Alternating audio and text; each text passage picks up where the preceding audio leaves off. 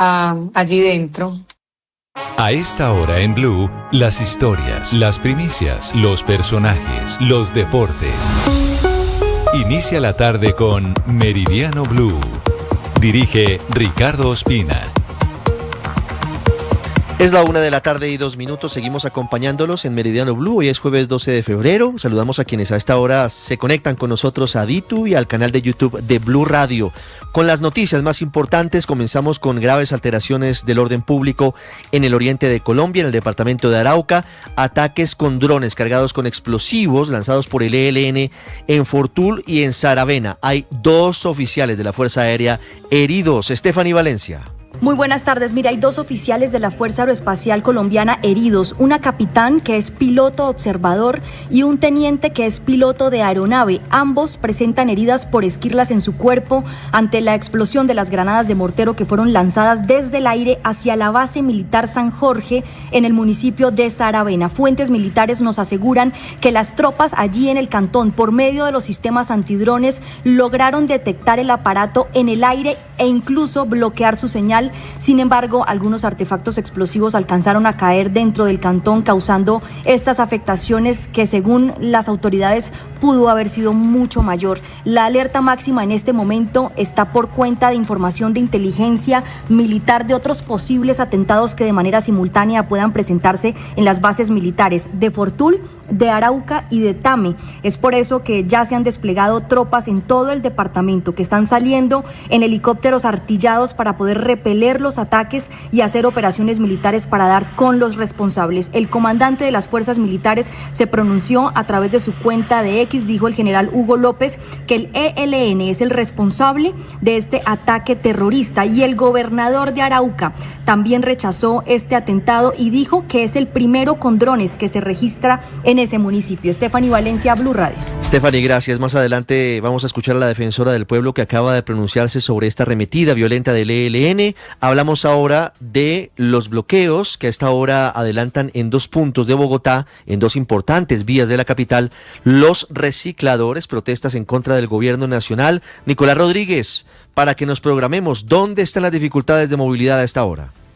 Ricardo, sí señor, mucha atención, buenas tardes. A esta hora permanecen los bloqueos y ese plan Tortuga sobre la NQS con calle 90, esto en sentido norte-sur, un recorrido que inició sobre la autopista norte con calle 95, un bloqueo en la calzada central y un bloqueo a la calzada lateral por parte de un grupo de recicladores, así como lo hicieron al inicio de este año. Pero mucha atención porque por la misma NQS, pero por la altura de la calle 26 en el sentido sur-norte se mantiene este plan Tortuga sobre el carril central de ese grupo de manifestantes recicladores que inició los bloqueos desde las 6:30 de la mañana, que paralizó Transmilenio a lo largo de la mañana y que también tuvo la intervención de la Fuerza Pública del UNDEMO. En principio se creía que iban a llegar al Consejo de Bogotá para mantener esta discusión allá, pero no, se van a reunir estos 2 grupos, el de la 26 con NQS y el de la NQS con calle 90, por lo cual la situación a lo largo de la tarde en este punto del norte de la capital se puede complicar. Hay atención de la Fuerza Pública, hay atención del UNDEMO, pero hay algunos camiones que ya están obstaculizando el paso sobre esta importante vía del norte de la capital. Se espera, Ricardo, además, que llegue un grupo del UNDEMO también para tratar de levantar y permitir el paso de los vehículos particulares y el paso de Transmilenio, que también lo están bloqueando, Ricardo. Hay plan Tortuga también de los trabajadores de Migración Colombia en la salida y entrada de pasajeros de vuelos internacionales en el aeropuerto José María Córdoba, que sirve a Medellín, el aeropuerto de Río Negro. Felipe García Solano, son interminables las filas a esta hora. Sí, Ricardo, es que miles y miles de viajeros internacionales están sufriendo las medidas de presión que están implementando los funcionarios de Migración Colombia por la falta de personal. En este momento solo hay 5 personas que están prestando su servicio, retrasando hasta 7 veces más la atención de todas estas personas. Carlos Galvis, presidente de OSEMCO para Antioquia y Chocó. Cuando hay una de esas horas pico, al nosotros implementar ya el manual como corresponde, la atención de un viajero ya no pasa de 1 minuto, como lo hacemos normalmente, sino que puede redondear entre los 5 a los 7 minutos. Los funcionarios aseguraron que hoy en el aeropuerto de Río Negro se necesitan por lo menos 20 personas más para las salas de migración que puedan funcionar con normalidad. De momento sigue el plan reglamento allí en el oriente antioqueño, Ricardo. Felipe, gracias. 1:07 se ha convertido en todo un misterio el motivo del asesinato del empresario Gustavo Andrés Aponte Fonegra en la tarde de este miércoles en el norte de Bogotá, en la calle 85 con carrera séptima. Este hombre, empresario del arroz y del sector de los plásticos, contaba con una escolta en el momento de su asesinato. El escolta también perdió la vida. César Chaparro está en el sitio, nos cuenta detalles de lo que ocurrió en las últimas horas. A un gimnasio en el norte de Bogotá llegó pasada la 1 de la tarde el empresario del sector arrocero Gustavo Andrés Aponte Fonegra y su escolta, Luis Gabriel Gutiérrez.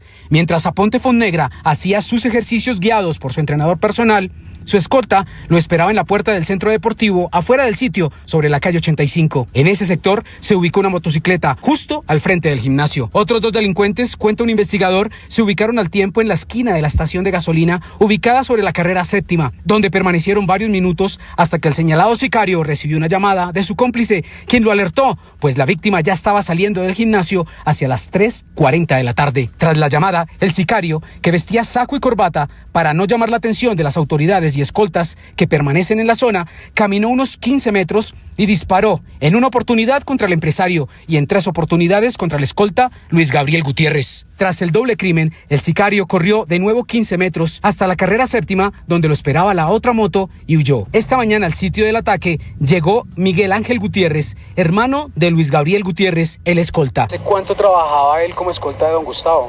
Aproximadamente 4 o 5 años trabajaba con él. ¿De mucha confianza? ¿Ese día? ¿Ayer? No, él estaba solo. O sea, mi hermano estaba solo con don Gustavo. ¿Y normalmente cuántas personas eran parte del esquema de seguridad? No sé cuánto era el esquema, cuántos estaban distribuidos, sí, pero eran varios, sí. Se turnaban y eso para el esquema de seguridad con él. ¿Lo poco que usted hablaba con él, tenía amenazas o tuvo amenazas? No, él nunca nos manifestó que tuvieran amenazas o algo por el estilo, nunca nos lo mencionó. Por eso se nos hace muy extraño todo esto de tan repentino, es algo de no creer, hermano. Mientras tanto, investigadores de la SIJIN continúan en la zona buscando testimonios y también videos que permitan ubicar a los asesinos. 1:09. Tenemos en nuestro poder el informe de inteligencia que dio pie al retiro de la policía del general Edwin Urrego, supuestamente porque, dijo el presidente, intentaba sembrarle droga en su camioneta para frustrar su encuentro con el presidente de Estados Unidos, Donald Trump. La verdad es que no menciona nada de ese intento supuesto, y el documento incluso abre la puerta de que el anónimo sobre el que se basa esta información pueda ser producto de una disputa interna en la policía. Felipe García. Hola Ricardo, sí señor, es un documento que se titula Verificación posible supuesta conspiración contra el señor presidente de la República y el señor ministro, esto refiriéndose por supuesto a Armando Benedetti, el ministro del Interior.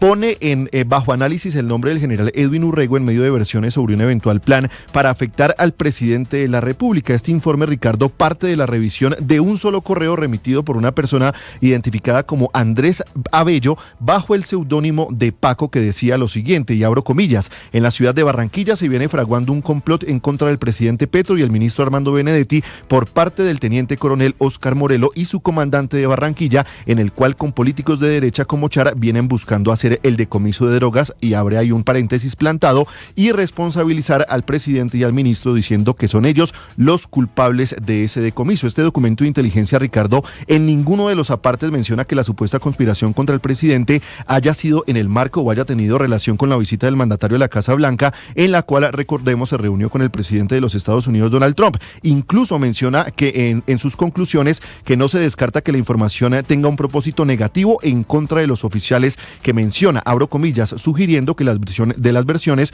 podrían estar motivadas por conflictos internos o denuncias de maltrato a subalternos. No obstante, Ricardo, sí menciona que no se descarta la posibilidad de que estas personas, incluyendo obviamente al general Urrego, pudieran haber sido abordadas por algunas agencias extranjeras con el posible propósito de ser utilizados para determinados fines, y que su cercanía con círculos políticos desde el inicio de su carrera en la policía pudo haber sido aprovechada para la eventual realización de hechos de carácter delictivo. Siguen existiendo muchas dudas sobre la salida del general Edwin Urrego de la Policía Nacional. Hablamos ahora del gasto a manos llenas del gobierno del presidente Gustavo Petro durante el pasado mes de enero en contratación directa.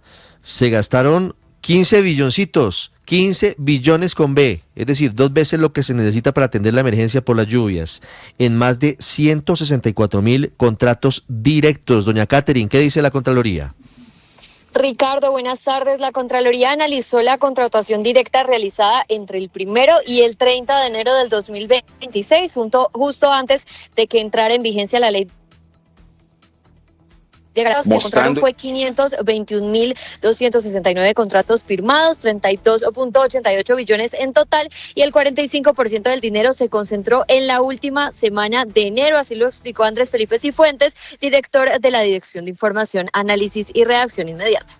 Mostrando el mismo comportamiento en la última semana, donde se contrató alrededor de 14 billones de pesos, lo que significa una concentración del 45% de la adjudicación. Y en el último día, 30 de enero, antes de la restricción de la ley de garantías, se contrataron 5.7 billones de pesos.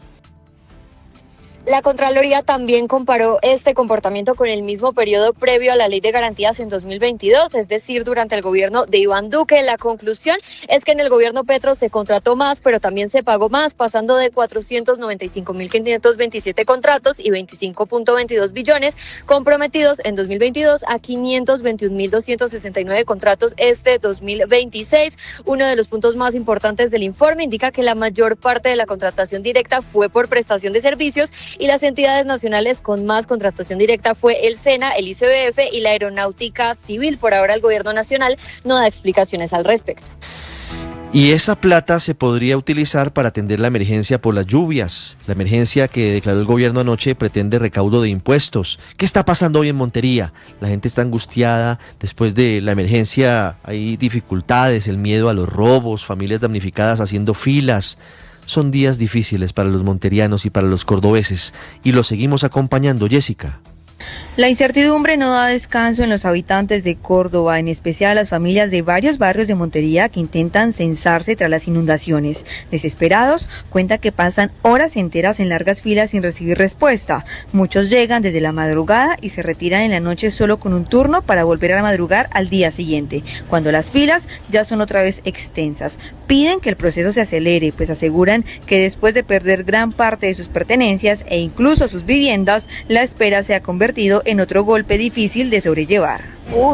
Del censo, esto ha sido, mejor dicho, horrible, porque llevamos 2 días en este cuento y todavía hasta la presente no nos han atendido. Imagínense, bajo de este sol, a través de una cosa que uno vivió tan horrible, nos están como torturando. A esta preocupación se le suma el temor por los robos, aunque el agua ha empezado a bajar y deja al descubierto los daños electrodomésticos, muebles, colchones y hasta animales perdidos. Hay sectores donde el nivel sigue alto y varias familias no han podido entrar ni siquiera a sacar ropa, pues vecinos denuncian que personas ajenas se hacen pasar por dueños de estas casas y retiran objetos como si fueran mudanzas, cuando en realidad se trataría de hurtos.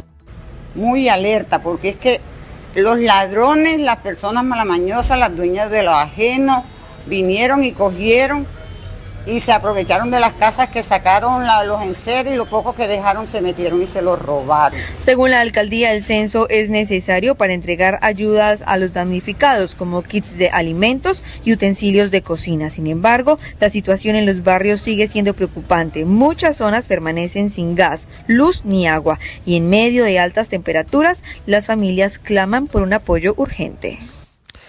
Para atender esta emergencia, el gobierno anoche decretó el nuevo estado de excepción, emergencia económica, social y ecológica.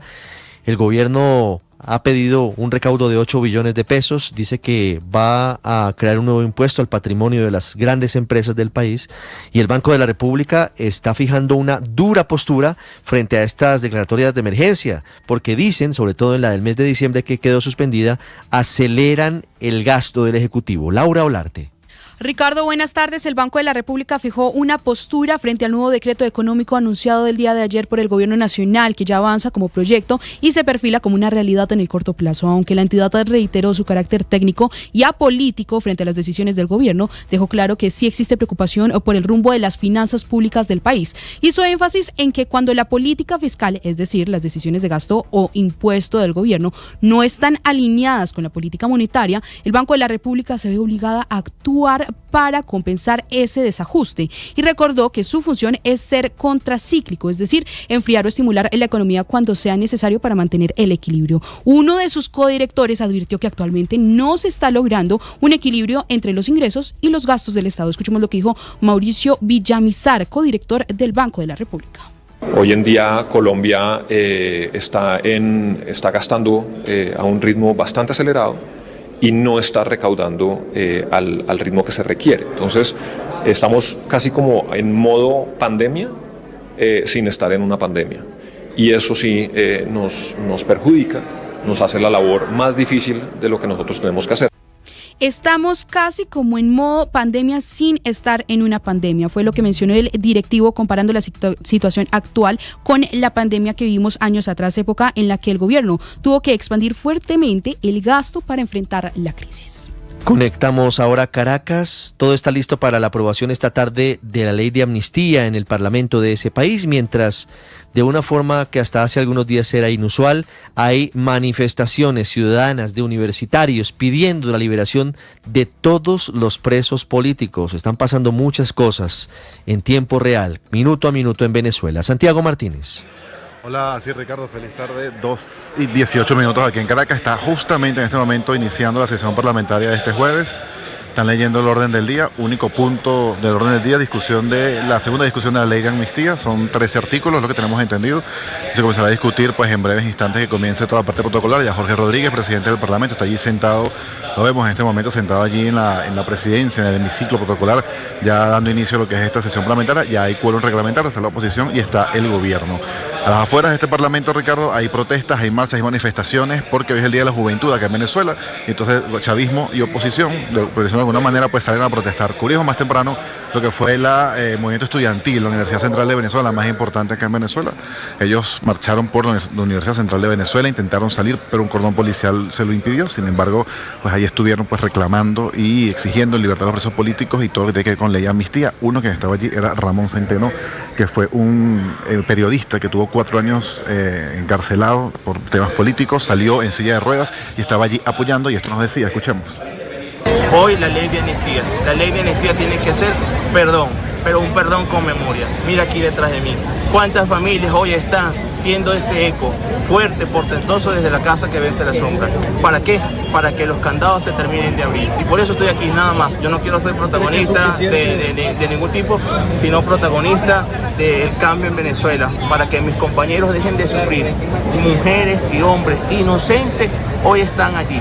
Yo, por ejemplo, dejé a más de 80 compañeros, que sé que son inocentes, en el helicóptero, en el rodeo, en Yare, Ricardo, como te comentaba, está por comenzar ya la sesión parlamentaria. De hecho, ya comenzó. Están leyendo todo lo que pasó en la sesión anterior. Están leyendo el orden del día, están chequeando lo que es el quórum correspondiente. Ya pues por comenzar la sesión parlamentaria para la aprobación de la ley de amnistía. Ricardo. Muy bien, muy pendientes de usted, Santiago, que está en la sede de la Asamblea Nacional del Parlamento Venezolano en Caracas. Otras noticias del mundo: con el fin del operativo contra migrantes irregulares de ICE en Minnesota, los bombardeos rusos contra la infraestructura energética de nuevo en Ucrania y la red de satélites de Amazon que ya va hacia el espacio. César Moreno. Hola, muy buenas tardes. Tom Homan, nombrado zar de la frontera por Donald Trump, anunció que la brutal operación contra la inmigración lanzada a principios de diciembre en Minnesota por la Casa Blanca ha concluido. I have proposed, and President Trump has concurred, that this surge operation conclude. En estos 72 días, un destacamento de hasta 3.000 federales, entre miembros del Servicio de Aduanas y Control de Inmigración ICE y de la patrulla fronteriza, han estado desplegados en la ciudad de Minneapolis. En ese tiempo, la policía migratoria de Trump ha llevado a cabo detenciones ilegales, arrestado a niños de 5 años como Liam Conejo, y miembros de esos cuerpos federales mataron a 2 ciudadanos estadounidenses, Renee Good y Alex Pretty. Ataques nocturnos rusos contra Ucrania mataron a 2 civiles y dejaron sin calefacción a unos 2.600 edificios residenciales en Kiev, la capital, en pleno invierno. La temperatura en Kiev en la noche llega a los 20 grados bajo cero. Sin calefacción, las personas mueren de frío literalmente. Con estos bombardeos ya son 100.000 hogares sin energía y por ende sin calefacción en la capital ucraniana. Naciones Unidas instó a Moscú a detener sus ataques contra las instalaciones energéticas de Ucrania, que están dejando una población población civil que ya lleva mucho tiempo sufriendo sin calefacción, agua y electricidad adecuadas en un invierno insoportablemente duro. En este sentido, la ONU recuerda que atacar infraestructuras civiles está prohibido por el derecho internacional humanitario. 3, 2, 1, top, allumage VSR y décollage. El cohete europeo más poderoso con 4 propulsores, el Ariane 6, despegó desde el centro espacial de Kourou, en la Guayana francesa, con 32 satélites de comunicaciones para la red Amazon Leo de Jeff Bezos, que busca competir con el Internet Starlink de Elon Musk. Leo es un grupo de satélites con la que Amazon pretende llevar Internet rápido y asequible a quienes están fuera de alcance de las redes existentes. 1:22 en deportes. Don Octavio Sazo, buenas tardes. Siempre creímos en la capacidad goleadora del Tigre Falcao. A pesar de sus 40 años, ya mojó en Millonarios, como dicen ustedes los comentaristas deportivos. Anoche hizo gol en el partido que jugó el equipo embajador. Exactamente, Richie, con las buenas tardes y el saludo para todos. Literalmente, además, en medio de la lluvia capitalina, apareció Radamel para marcar la diferencia y darle la primera victoria del torneo a Millonarios. Hablaremos de eso, de lo que va a suceder el día de hoy en el torneo local, porque también va a jugar Junior, porque va a jugar Atlético Nacional, porque hay fútbol en Argentina, en Brasil, en diferentes lugares, porque además hay un clásico de España entre el Atlético de Madrid y el Barcelona en la Copa del Rey, así que hay muchas novedades con respecto a eso y a todos los movimientos que hay alrededor del fútbol colombiano. Todo eso en minutos acá en los deportes en Meridiano Blue. Voy con Andrea, con Toño y con... Faltan 119 días para la Copa del Mundo.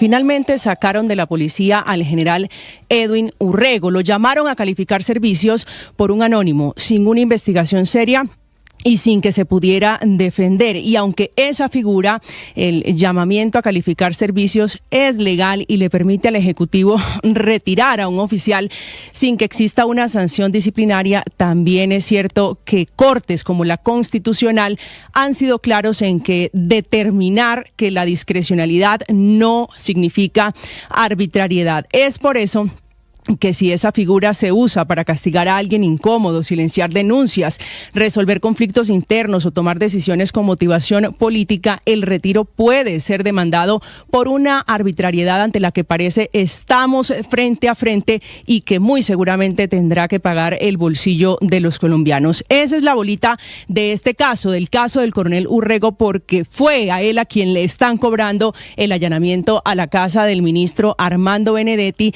intentando decir el presidente Gustavo Petro de que le quería meter droga al carro presidencial para afectar o destruir la visita, el encuentro que iba a tener con el presidente Donald Trump, aunque las fechas o la línea de tiempo no coinciden.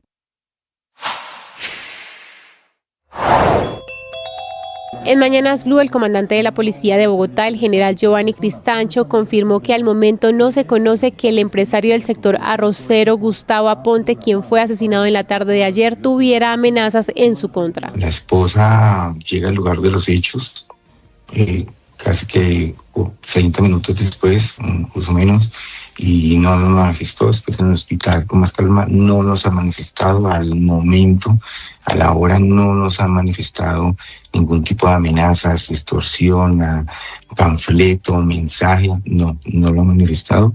Ya es seguir la investigación, ya destinamos un grupo de policía oficial, inteligencia con capacidades técnicas y humanas para determinar los actores materiales e intelectuales.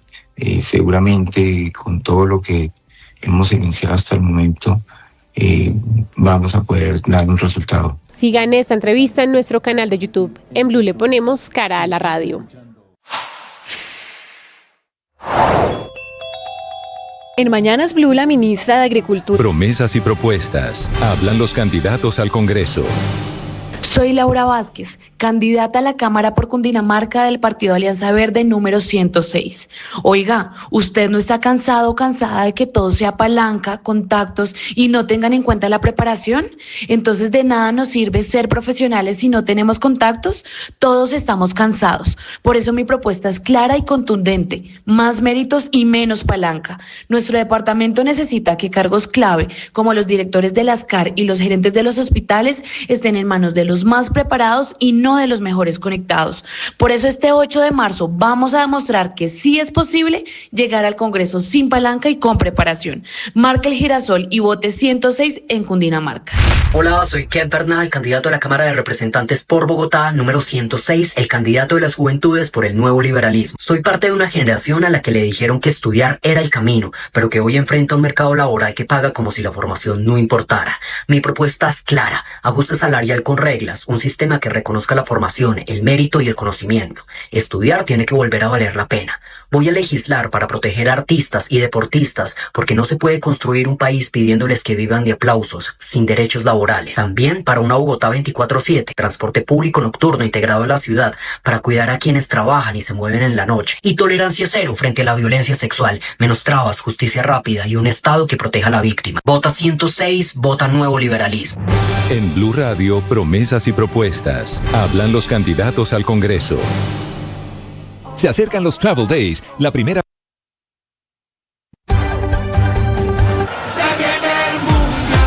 Faltan 119 días para la Copa del Mundo.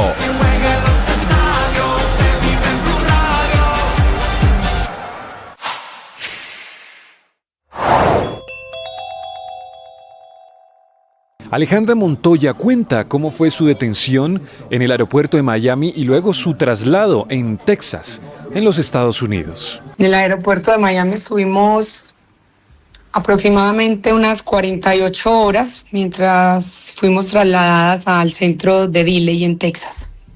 Y ahí estuvieron los 128 días adicionales, más de 4 meses. Sí, señor. Esta es información exclusiva de Blue Radio.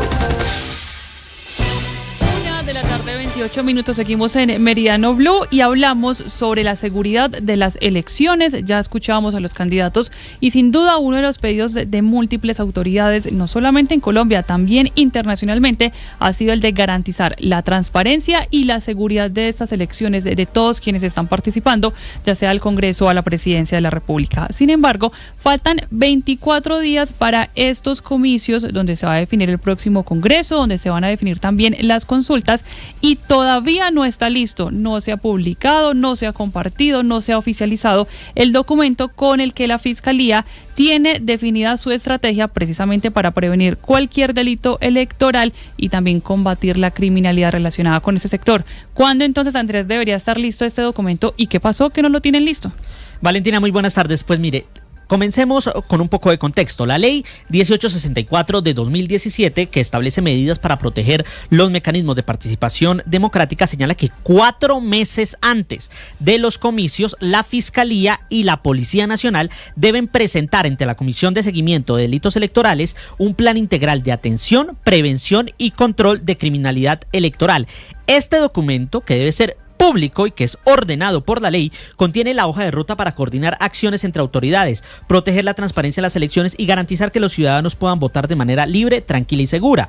Define las herramientas para prevenir e investigar los 16 delitos electorales que contempla la ley, como constreñimiento al votante, fraude al sufragante, el tráfico de votos o la financiación de fuentes prohibidas, y para ello se apoya en los mapas de riesgo, unos, los de la MOE, la registraduría, pero también el mapa de riesgo de la Fiscalía, donde se priorizan los territorios más vulnerables para estos delitos electorales.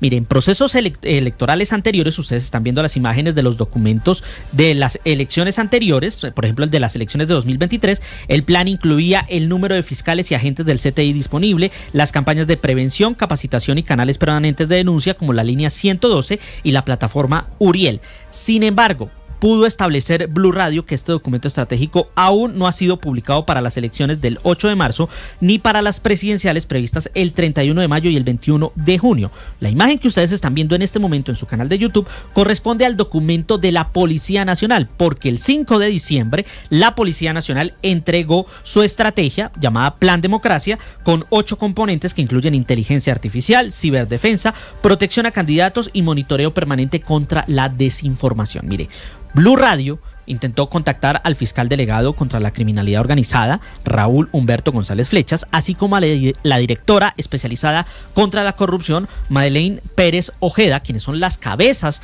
que deben presentar este documento a nombre de la Fiscalía, pero no obtuvo respuesta. Conversamos con fuentes al interior del ente acusador, de la Fiscalía, de la cabeza de la política criminal, y aseguran pues que el plan ya fue socializado por la fiscal general, la doctora Luz Adriana Camargo, con el registrador nacional Hernán Penagos, y se están trabajando en mesas de trabajo, valga la redundancia, con las diferentes entidades e instituciones, Consejo Nacional Electoral, Policía y otras autoridades para articular acciones de prevención de delitos electorales. Lo que llama la atención es que el documento que debe ser público hoy no se conoce, estamos a 25 días, pero tampoco se conoce el mapa de riesgo, porque hace 4 años, para esta época, ya se conocía el mapa de riesgo de la Fiscalía, que, ojo, es muy diferente al de la misión de observación electoral. Claro que sí, esto pasa mientras organizaciones como Indepaz denuncian, por ejemplo, que el Clan del Golfo y otros grupos ilegales sí están influyendo en las elecciones, en especial en las regiones, allí presionando para que voten a favor de X o Y candidato. Sigue la presión de los grupos ilegales. Y a propósito,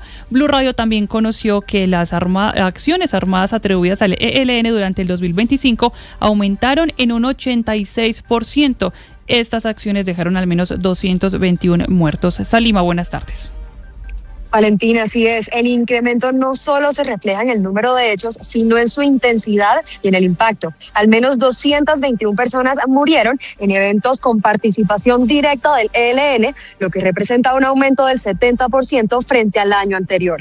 El informe señala que la violencia ha venido creciendo desde 2022, con una reducción temporal durante el cese al fuego bilateral entre agosto de 2023 y agosto de 2024. Sin embargo, tras su finalización, la actividad armada se disparó. Del total de hechos registrados en 2025, 348 fueron acciones sin combate, como atentados, amenazas e instalación de explosivos, mientras que los enfrentamientos armados llegaron a 139, la cifra más alta desde 2007. La violencia se concentró principalmente en Arauca, Catatumbo, Chocó, Bajo Cauca Antioqueño y Cauca. Valentina, es importante conocer que de las 221 muertes, 61 fueron civiles, 60 integrantes de la fuerza pública y el resto de miembros de grupos armados, incluidos combatientes del propio ELN. Gracias, Salima. Y ayer les contábamos en primicia la decisión de la Justicia Especial para la Paz de ratificar su competencia para investigar el magnicidio del líder político Álvaro Gómez Hurtado, pese al reclamo de la familia, que insistía en trasladar ese caso nuevamente hacia la Fiscalía. Hay reacción a propósito, Mateo, de esa premisa que usted reveló ayer por parte de esta respuesta que está dando hasta ahora la familia. Sí, Valentina, pues la JEP ayer decidió mantener esa competencia para investigar el magnicidio de Álvaro Gómez Hurtado, pero especialmente bajo una hipótesis, y es que el crimen lo habría cometido la extinta guerrilla de las FARC. Recordemos que los ex jefes de ese grupo dicen ser los responsables del caso, pues la familia de Álvaro Gómez se pronunció por medio de un comunicado en el que advierten que no hay ninguna prueba sólida en la JEP que demuestre que la teoría de los FARC es cierta, y agregan: confiamos en que la aclaración realizada por la sección de apelación respecto del alcance exclusivo de su competencia sobre exintegrantes de las FARC no interfiera ni limite los procesos en curso ante la Fiscalía ni ante la Comisión de Acusaciones de la Cámara de Representantes en relación con la eventual responsabilidad del entonces presidente Ernesto Samper en estos hechos. Lo que está pidiendo la familia es que la Fiscalía, que la Justicia Ordinaria en general, pues avancen en la investigación relacionada con otras hipótesis que no son las de las FARC.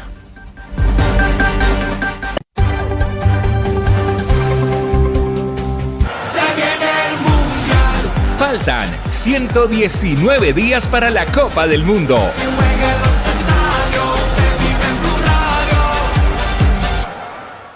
Hola mi gente de Colombia, ¿cómo están? Soy Ricardo Tumberini, el mejor agente de futbolistas en el mundo. Recuerden que estamos de 2 a 4 aquí en Blog Deportivo y aquí estaremos siempre para que me sintonicen en el canal de YouTube.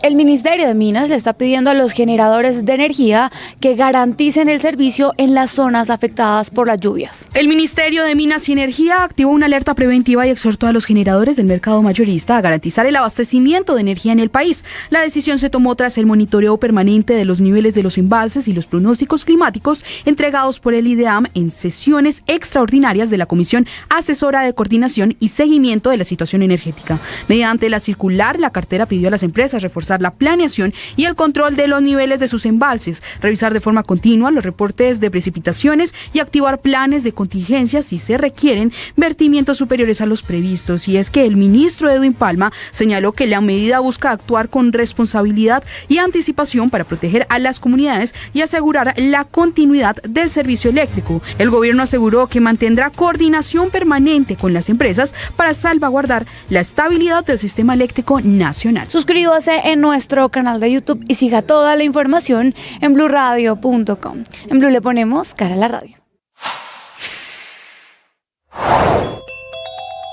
En Mañanas Blue, la ministra de Agricultura, Marta Carvajalino, habló del programa de adquisición de comida fresca, con la que esperan atender la emergencia económica y social. El Ministerio de Agricultura y el Departamento de Prosperidad Social estamos implementando, esperamos iniciar prontamente, un programa de adquisición de comida fresca a esa actividad agropecuaria del departamento que no ha sido afectada para poder contribuir con la ayuda alimentaria de las zonas afectadas. En dos perspectivas, claramente poner alimentos frescos en las familias que están viviendo la emergencia, pero también ayudar a intensificar y dinamizar la actividad agropecuaria de las zonas no afectadas para mantener el suministro de alimentación.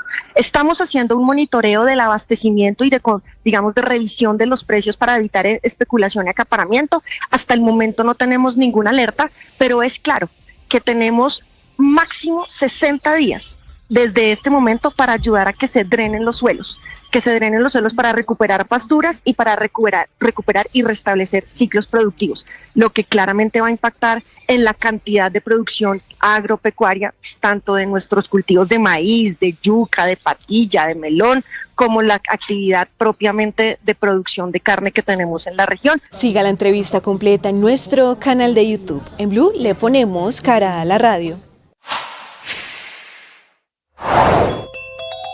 Iván Cepeda reafirmó que será el candidato del pacto histórico en primera vuelta sin importar los resultados de la consulta del Frente por la Vida de la izquierda. Con esto descarta cualquier alianza con los miembros de ese sector. El 31 de mayo me presentaré a la primera vuelta como candidato único del pacto histórico. Que quede claro para nuestros adversarios y para nuestros contradictores. Así que no nos vengan a chantajear.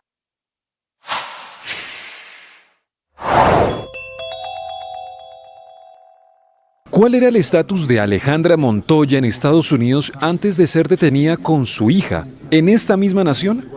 Esto fue lo que respondió en Mañanas Blue. Mi estatus, por así llamarlo, porque realmente esto no es un estatus hasta que no te hagas residente, es un tema de espera legal por matrimonio. Espera legal por matrimonio, pero estaba en condiciones... Tiene tecnicismo. Claro, pero sí. Digamos, ¿usted era sujeto de persecución por parte de ICE bajo ese estatus? No, legalmente no, porque este proceso que tú haces ante IUCIS, después de haber un matrimonio, te permite estar legalmente dentro de los Estados Unidos mientras se resuelve el tema de tu residencia o mientras te llegan tus papeles, como diríamos coloquialmente. Claro, y entonces, ¿bajo qué argumento la detiene ICE? No, simplemente el argumento es que me vaya a esperar los papeles a mi país, que eso no es un estatus legal y que voy a ser detenida, o si quiero firmar una deportación voluntaria. Siga la entrevista completa en nuestro canal de YouTube. En Blue le ponemos cara a la radio. Celebro estar con ustedes. Oye, qué alegría que estés allí, qué alegría verte. Te deseo salud, ánimo, fuerza, que todas las cosas estén bien. Métele ganas, que tú eres una persona capaz. Oye, suscríbete y comparte nuestro trabajo. En Blue, la radio se ve. Hoy continúa la jornada del fútbol en Colombia con 3 partidos. El día de ayer con esa victoria de Millonarios y luego con la caída del Deportivo Cali se empieza a presentar un panorama interesante en este torneo que tendrá el día de hoy, como decíamos, 3 encuentros. 4:10 de la tarde Boyacá Chicó frente a Jaguares de Córdoba. Luego a las 6:20 van a jugar 11 Caldas en Manizales frente al Junior de Barranquilla. 8:30 de la noche, Atlético Nacional de Medellín frente a Fortaleza, los 3 partidos del día de hoy. Usted podrá estar atentos a cada uno de estos duelos a través del canal de YouTube de Blue Radio a partir de las 6 de la tarde con ese duelo entre 11 Caldas y Junior y luego con el partido entre Nacional y Fortaleza. También el día de hoy se va a jugar un gran partido de fútbol en Europa. A las 3 de la tarde van a jugar Atlético de Madrid frente al Barcelona en la semifinal de la Copa del Rey. Ayer ganó la Real Sociedad 1-0 al Athletic Club de Bilbao en el partido de ida. Estamos a la espera entonces de que se juegue esta serie entre el Atlético de Madrid y el Barcelona. También el día de hoy habrá fútbol en Argentina. Van a jugar a las 5 de la tarde Tigre frente al Aldo Civi y a las 7:15 de la noche Argentinos Juniors frente a River. Estaremos atentos también al desempeño de los colombianos de River. Mientras tanto en Brasil, atención, también van a jugar los futbolistas brasileros. 5 de la tarde Paranaense Santos, 7:30 Fluminense Botafogo, Corinthians frente a Bragantino y el Inter de Porto Alegre, el equipo de Rafa Santos Borré, frente al Palmeiras de John Arias. Así que atentos también al desarrollo de los partidos en Brasil. Mientras tanto habrá Copa Libertadores, 7:30 de la noche, la serie entre la U Católica del Ecuador y Juventud de las Piedras del Uruguay. Y en la noche, Cruz Azul, el equipo también de los colombianos, frente al Vancouver en la Conca Champions a partir de las 8. Así que estaremos atentos. 3 partidos del fútbol colombiano y por supuesto todos los detalles a través de la señal de Blue Radio.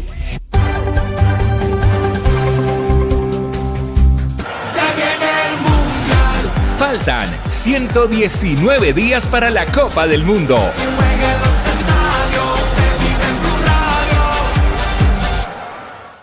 Hola, ¿qué tal amigos? Les saluda César Corredor y les cuento que de nuevo estoy en Blog Deportivo con todo mi show, con todos mis personajes y los puedes ver y oír aquí de 2 a 4 de la tarde en Blue Radio en Blog Deportivo. Fútbol con humor con César Corredor en nuestro canal de YouTube. El gobierno, a través del ministro de Justicia, llama a cuentas a alias Araña. Aquí en Blue Radio, toda la información. Asumió formalmente el cargo y respondió a varias preguntas, entre ellas, ¿qué va a pasar con la extradición de alias Araña, criminal que es parte de Comandos de la Frontera, que es una de las disidencias de las FARC que operan en el Putumayo y en la frontera con Ecuador? Y a quien, recordemos, el presidente Gustavo Petro le había dado un ultimátum hace pocas semanas para mantener la suspensión de su extradición. El ministro de Justicia anunció que entrarán a revisar porque ya se cumplió el plazo que dio el mandatario. Y él le exigió a este personaje que tenía que demostrar con buenos gestos la erradicación de cultivos de coca, creo que habló de unas 15.000 hectáreas, si no estoy así, que tenía que probarlo. Ahora, la Policía Nacional tiene la capacidad de medir y demostrar eso, ¿sí? Entonces habría que mirar, creo que le había dado 10 días. Sí, ya pasaron. Sí. Ok, le había pasado los 10 días, habría que, digamos, preguntar, nos vamos a poner esa tarea, si se cumplió o no se cumplió, y no olviden que entonces el presidente tiene la facultad de, por ejemplo, en el ministro también habló de la publicación del informe de la ONU sobre hectáreas de hoja de coca en Colombia. Aseguró que el presidente Petro le contó que le iba a proponer al gobierno de los Estados Unidos una metodología conjunta de medición. Dijo que la policía tiene la capacidad de ir reportando día a día y semana a semana todo el tema de la erradicación, y dijo también que él sería partidario de que se publique ese informe y de que haya una veeduría internacional. No olvide suscribirse en nuestro canal de YouTube para más información. En Blue le ponemos cara a la radio.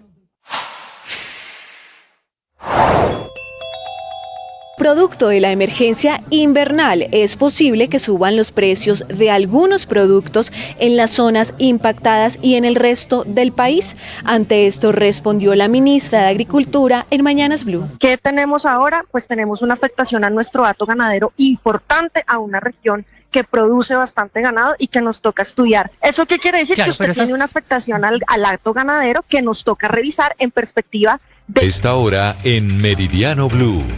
1:45 p.m. El vicecontralor general está denunciando ante la Fiscalía el presunto hackeo de su celular y también algunas trampas que le están haciendo Felipe con testigos falsos. ¿Cuál es la denuncia? Sí, señora, el vicecontralor Carlos Mario Zuluaga denuncia ante la Fiscalía un posible hackeo de su teléfono celular y lo que calificó como un entrampamiento promovido por actores políticos, dice él, con el fin de desprestigiar su gestión en la Contraloría. Según dice, la Fiscalía ya ordenó verificar las denuncias y avanzar en las investigaciones correspondientes, por lo que entregó información detallada y nombres de personas que presuntamente y según él estarían detrás de los hechos en los que existiría una estrategia orientada a fabricar señalamientos en su contra, en los que incluso habría bodegas detrás. Escuchemos.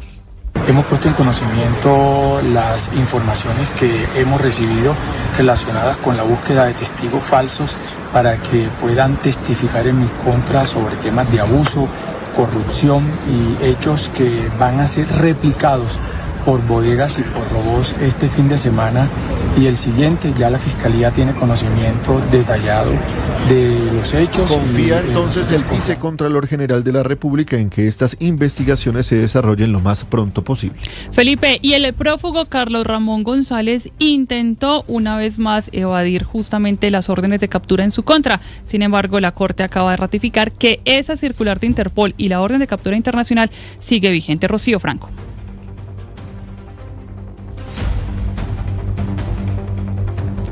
Ya vamos entonces con la información allí de Carlos Ramón González, luego de que la Corte Suprema de Justicia ratificara entonces esta decisión. Escuchemos a Rocío. Se mantendrá vigente la orden de captura en contra del exdirector del DAPRE, Carlos Ramón González, hoy asilado en Nicaragua. Y es que la Corte Suprema de Justicia estudió una tutela en la que él pide que se revoque la medida de aseguramiento proferida en Colombia, la que opera a nivel internacional e incluso la nulidad del proceso. La Corte Suprema de Justicia, al estudiar la tutela, dice que no se transgredió la presunción de inocencia y de esta manera se mantiene la orden de captura en contra de este hombre que está vinculado a la investigación por aparentes irregularidades en la Unidad Nacional de Gestión del Riesgo, ya que aparentemente él habría sido el articulador de ministros y también de órdenes dirigidas en favor de congresistas con la contratación que venía de este organismo de socorro. Gracias, Rocío, y estamos atentos a la emisión por parte del Gobierno Nacional de los nuevos decretos que tendrían el impuesto al patrimonio y otras medidas tributarias para hacer fin precisamente y recaudar lo necesario en esta nueva emergencia económica y para atender a los afectados por las lluvias. Justamente más de 7.000 familias que han resultado afectadas por los desbordamientos de al menos 2 ríos en Buenaventura están pidiendo ayuda. Lina, buenas tardes. Hola Valentina, buenas tardes. Las intensas lluvias registradas en las últimas semanas en Buenaventura han provocado el desbordamiento de varios ríos y dejando a menos 7.000 familias afectadas principalmente en zonas rurales. Las comunidades damnificadas dependen de cultivos de pan coger que en su mayoría se perdieron por las inundaciones. Ante la magnitud de la emergencia, la Gobernación del Valle del Cauca y el Banco de Alimentos unieron esfuerzos para adelantar una jornada de recolección de ayudas humanitarias desde este domingo 15 de febrero. Escuchemos al padre Joaquín Rendón, director ejecutivo del Banco de Alimentos. Buenaventura, Montería, estas zonas que están siendo tan afectadas por la ola invernal están necesitando de nuestra ayuda. Como Banco de Alimentos vamos a tener una campaña alrededor de 20 días, un mes, de recoger alimentos. Yo me sueño llevando alrededor de unas 5 tractomulas llenas de insumo. Mucha gente se La temporada de lluvias en el departamento del Valle del Cauca ya deja un saldo de 11 víctimas fatales y más de 27 municipios afectados, Valentina. Lina, y Antioquia está entonces dentro del decreto de emergencia económica como uno de los departamentos priorizados. Allí la subregión de Urabá es la más afectada y acaban de enviar más de, o al menos media tonelada de vacunas precisamente ante el riesgo de nuevas enfermedades por estas emergencias. Felipe. Lo que se conoce, Valentina, es de la entrega de ayudas humanitarias que se está haciendo en los distintos municipios y zonas afectadas, pero ahora también la tarea es en prevenir el brote de enfermedades como el dengue, el zika, el chikungunya y la malaria. Esto por mosquitos en charcos recipientes y en las zonas que están inundadas. Ante esta situación, habló el gobernador Andrés Julián Rendón. se comprometió a buscar salidas para abastecer, como es una obligación de EPM, el suministro de gas en los municipios del norte de Urabá. Obviamente hay dificultades porque tanto Arboletes como San Juan están incomunicados porque las especificaciones de los camiones... En estos momentos se trabaja además en esa conexión vial que para 3 municipios están en estos momentos incomunicados y tampoco tienen el gas natural. En D1 decidimos...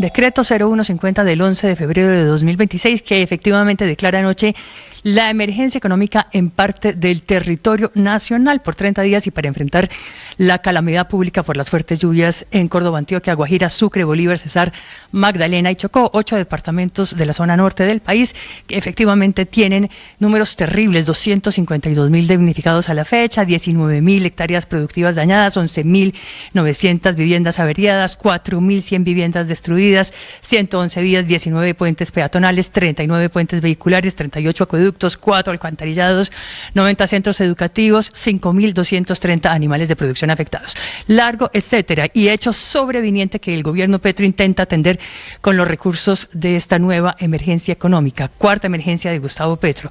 Cuarta emergencia que el cuarto ministro de Hacienda va a intentar desarrollar en las próximas horas con nuevos decretos para el recaudo de 8 billones de pesos en impuestos, que es justo la mitad de los 16 billones que le siguen faltando al presupuesto general de la Nación para este año, que es justo lo que pretendía tapar con la tercera emergencia económica suspendida por la Corte Constitucional, como justo también tras el hundimiento de 2 reformas tributarias en el Congreso, justo en un momento con uno de los niveles más bajos de ejecución de la última década, que ronda el 70%, faltando menos de 180 días para que termine el gobierno, y justo también cuando ayer volvió a colocar deuda interna TES por casi 1 billón de pesos a tasas de casi el 13%, una deuda cada vez más corta y cada vez más cara.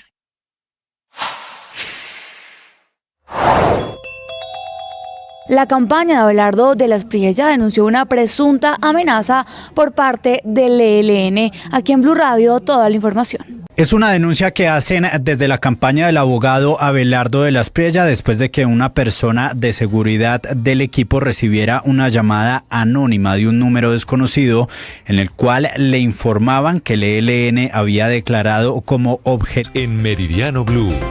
Y mientras Diosdado Cabello en Venezuela vuelve a endurecer su discurso y hasta criticar la creación de una zona binacional en la frontera con Colombia, lo cierto es que el comercio entre ambos países se sigue reactivando y hoy, por ejemplo, Avianca retomó los vuelos directos desde Bogotá hacia Caracas. Laura Olarte, usted estuvo con los viajeros allí en ese vuelo. La espera terminó para miles de familias. A partir del día de hoy, sobre las horas de la mañana, se reactivó la ruta Bogotá-Caracas por medio de la aerolínea Avianca, luego de que la Administración Federal de Aviación de los Estados Unidos emitiera un comunicado el año pasado sobre no volar sobre Venezuela. Y es que justamente el día de hoy alrededor de 120 personas subieron a un avión de Avianca para reencontrarse con su familia. Esto fue lo que nos mencionaron. Antes que nada iré a ver a mi papá y darle un fuerte abrazo. Cuando me enteré de la noticia fue algo impresionante, de verdad fue algo que me alegró porque significa un nuevo comienzo. Voy a ir a visitar a mi hermana porque tengo 10 años viviendo acá en Colombia, en Medellín, vengo de Medellín. Y estoy súper ansiosa porque tengo muchos años sin ir a mi país. En un Airbus A320 subieron los pasajeros al avión rumbo a Caracas, muchos de ellos con un objetivo claro, reencontrarse con sus seres queridos tras años de distancia e incertidumbre.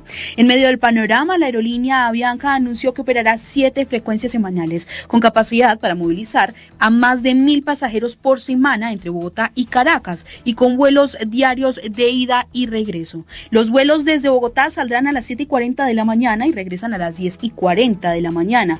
Mientras tanto, los vuelos Caracas-Bogotá se realizarán sobre las 12:10 del mediodía y de regreso a Caracas será sobre la 1:15 de la tarde. Esto fue lo que mencionó Felipe Andrés Gómez, vicepresidente de Asuntos Públicos y Sostenibilidad de Avianca. Va a haber un vuelo de Avianca todos los días entre Bogotá y Caracas.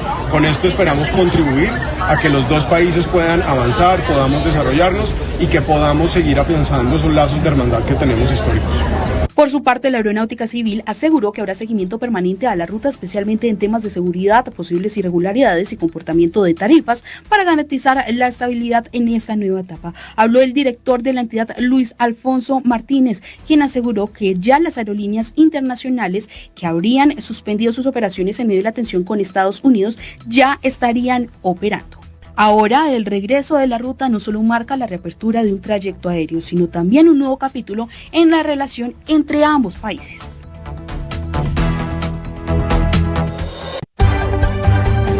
Noticias Caracol y El Espectador visitan las regiones del país en el Bus Colombia para escuchar las voces de los ciudadanos antes de las elecciones de 2026. Y seguimos en el Bus Colombia, estamos en Santander hablando sobre los reclamos en el sistema de salud. Cali La Peña.